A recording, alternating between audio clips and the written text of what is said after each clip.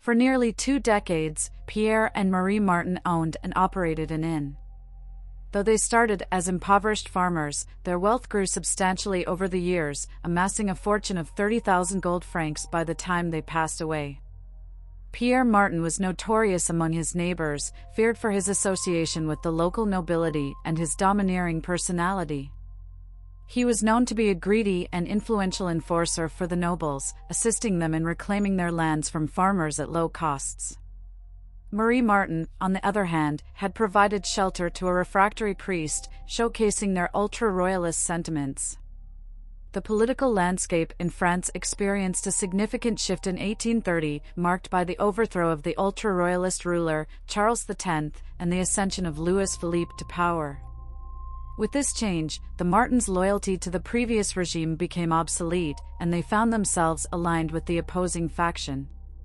In the Ardèche region, the local peasantry had a customary practice of collecting wood from the royal forests. However, this was restricted to protect the interests of sawmills. Subsequently, bands of men, well acquainted with the terrain, began setting fire to the sawmills at night, easily outmaneuvering the gendarmerie. The prefect became concerned about this situation and demanded the restoration of law and order. In October 1831, a horse dealer named Antoine Enjolras mysteriously disappeared. The local magistrate, Etienne Filliot Duclos, discovered that Enjolras had visited the Martins on October 12, 1831, while searching for a lost heifer but had not been seen since. Later, on October 25, the magistrate arrived at the Martins' establishment to investigate the disappearance. Tragically, Enjolras' lifeless body was discovered the next day, near the banks of the Allier River, a few kilometers away from the inn. His skull was brutally shattered, and his knee was crushed. As a result of the investigation, Pierre Martin and his nephew André Martin were arrested on November 1, 1831.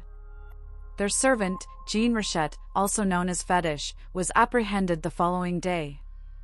It's worth noting that Marie Martin was not immediately taken into custody, as authorities initially held reservations about a woman being involved in a murder. The trial of the 4 monsters commenced on June 18, 1833, at the court of Ardèche in Privas. Testimonies, such as that of Claude Pages, linked the accused to Enjolras' death. According to Claude Pages, Pierre Martin, Rochette, and an unidentified stranger had used a cart to transport the victim's body from the inn to the river. Additionally, a local beggar named Laurent Chaz provided crucial testimony, albeit in the regional dialect, stating that on the fateful night, he was unable to pay for a bed at the inn and was subsequently ejected. He sought refuge in a shed and inadvertently became a witness to the murder of Enjolras, who was a lone traveler at the time.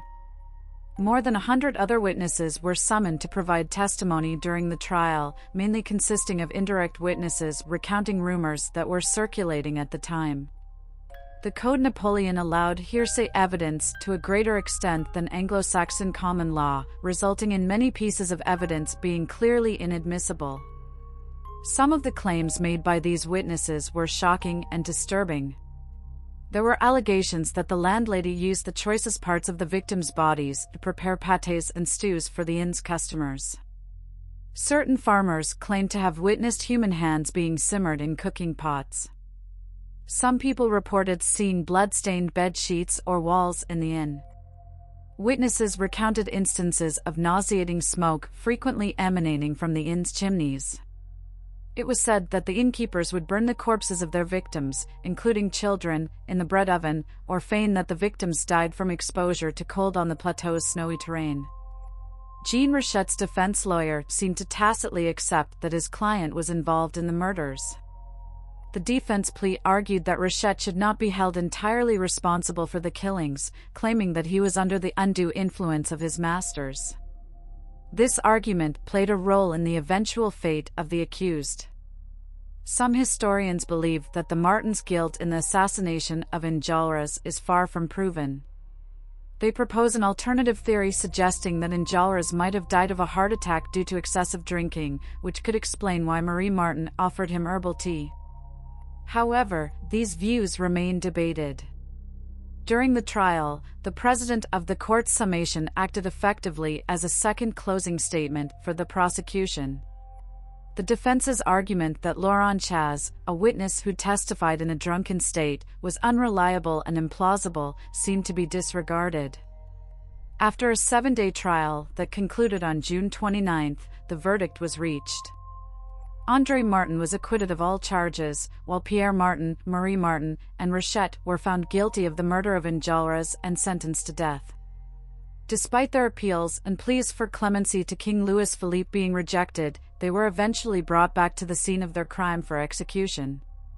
On October 2, 1833, at noon, in front of their inn, they faced the guillotine, executed by Pierre Roch and his nephew Nicolas, both executioners. As the bell of Lavillatte rang the Angelus, the execution was carried out. Rochette's final words, "Cursed masters, what have you not made me do?" raised suspicion about the true nature of the innkeepers. The execution drew a crowd of approximately 30,000 spectators, and it was later reported that a ball was held in front of the premises on that same day. Since 1831, the building has undergone changes and is now a popular tourist attraction in Ardèche, proudly calling itself the authentic Auberge de Père-Bale.